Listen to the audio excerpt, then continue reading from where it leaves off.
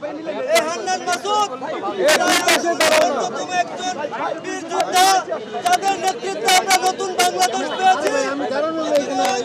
আপনারা জানেন হান্নান মাসুদ তার এলাকায় একজন জনপ্রিয় নেতা হয়ে উঠছে, নতুন প্রজন্মের একজন প্রতিনিধিত্ব হয়ে উঠছে।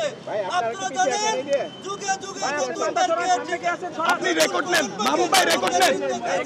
নতুন প্রজন্ম বাধা দেওয়া হয়। পুরাতন বন্দোবস্তের রাজনীতি, এই ফেসিবাদী রাজনীতি, সেই ফেসিবাদী রাজনীতি নতুন প্রজন্মকে উঠতে দেয় না। এত জায়গা আমরা দেখিয়ে দিয়েছি নতুন প্রজন্ম ফ্রেশ ব্লাড, নতুন প্রজন্ম কোনো কিছুকে তোয়াক্কা করে না। তারা নতুন করে ভাবতে চায়, নতুন করে চিন্তা করতে চায়। যখন আমরা বলেছি ফেসিবাদী ব্যবস্থার উৎখাত করব এবং নতুন বাংলাদেশ বিনির্মাণ করব এবং নতুন রাজনৈতিক বন্দোবস্ত করব, সেই প্রেক্ষিতে ঢাকা সহ সারা বাংলাদেশে আমাদের নেতাকর্মীরা যার যার অবস্থান থেকে তারা নতুন রাজনৈতিক বন্দোবস্তের বয়ান নিয়ে যাচ্ছেন। বন্ধুগণ, আপনারা জানেন ঈদের সময় আমাদের নেতাকর্মীরা তার নিজ নিজ উপজেলায় যাচ্ছেন, নিজ নিজ আসনের দিকে যাচ্ছেন এবং নতুন রাজনৈতিক বন্দোবস্তের যে বয়ান, আমাদের যে মেসেজ, সেই মেসেজটা দিয়ে যাচ্ছেন।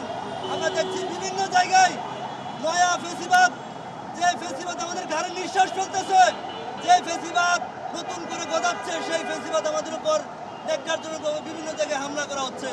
বন্ধুগণ, একটু আগে আমাদের এক সহযোদ্ধাকে, এনসিপির এক সহযোদ্ধাকে তাকে তুলে নিয়ে গিয়ে বেধড়ক পিটানো হয়েছে। বন্ধুগণ, এই বাংলাদেশ আমরা চাইনি। এই নতুন বাংলাদেশে কেউ কারো উপরে ওই ন্যাক্কারজনকভাবে হামলা করবে, সেই বাংলাদেশ আমরা চাইনি। আমরা দেখেছি সামাজিক যোগাযোগ মাধ্যম সহ মিডিয়া দেখেছি বিএনপির নেতাকর্মীরা হামলা চালিয়েছে এবং ওইখানকার স্থানীয় বিএনপির নেতাকর্মীরা মিছিলে ঢুকে অনুপ্রবেশ করে হান্নান মাসুদের উপর হামলা চালিয়েছে। 50-এর ঊর্ধ্ব নেতাকর্মী আমাদের আহত হয়েছে। আমরা এর তীব্র নিন্দা জানাই।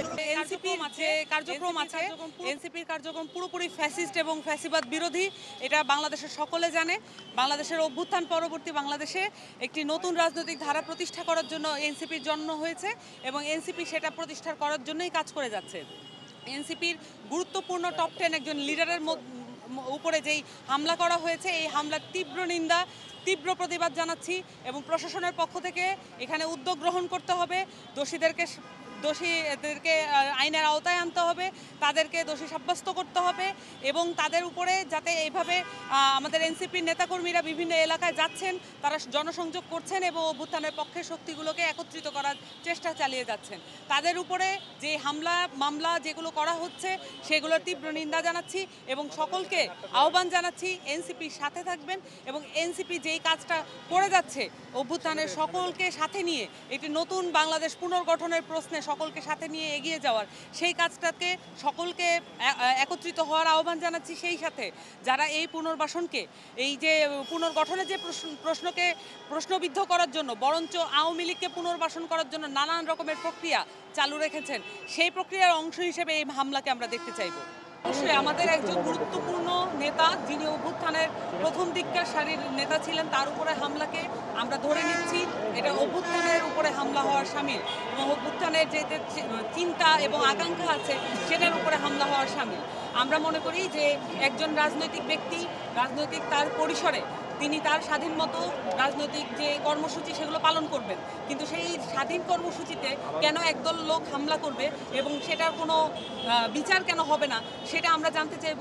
আমরা আশা করি এটা দ্রুতই বিচারের আওতায় আসবে এবং এই ধরনের কোনো ধরনের যেটা স্বাধীন রাজনৈতিক কর্মসূচি আছে কোনো রাজনৈতিক দলের উপরেও যাতে এই ধরনের হামলা না হয় সেটা আমরা চাইব এবং বাংলাদেশের স্থিতিশীলতা এবং সেই সাথে বাংলাদেশের রাজনৈতিক যেই তৎপরতা আছে, রাজনৈতিক যেই আকাঙ্ক্ষা আছে, সেখানেই যাতে কোনো ধরনের বাড়তি হস্তক্ষেপ না হয়, কোনো ধরনের হামলা না হয় সেটা আমরা চাই। হ্যাঁ, এটা তো আমরা দেখছি যে বিভিন্ন ধরনের এলাকায় যদি আমরা দেখি, বিভিন্ন ধরনের মন্ত্রণালয় যদি দেখি, সচিবালয় যদি দেখি, সেখানে বড় রাজনৈতিক দল বিএনপির এক ধরনের একচ্ছত্র আধিপত্য আছে।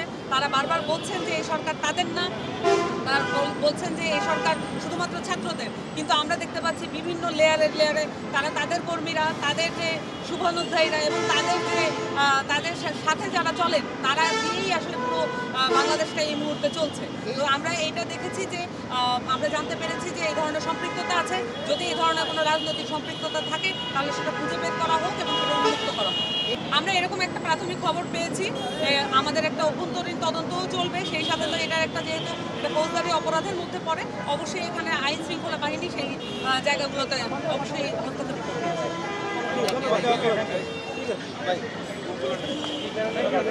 ঠিকানা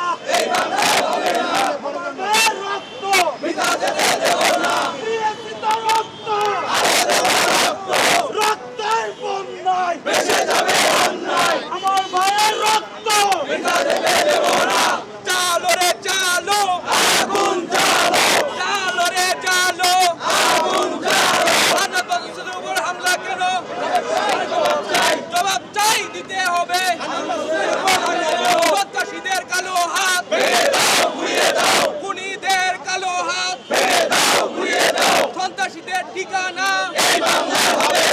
আপোষ না সংগ্রাম সংগ্রাম সংগ্রাম দালালি না রাজপথ রাজপথ রাজপথ আবু সাইদ মুক্ত শেষ হয়নি যুদ্ধ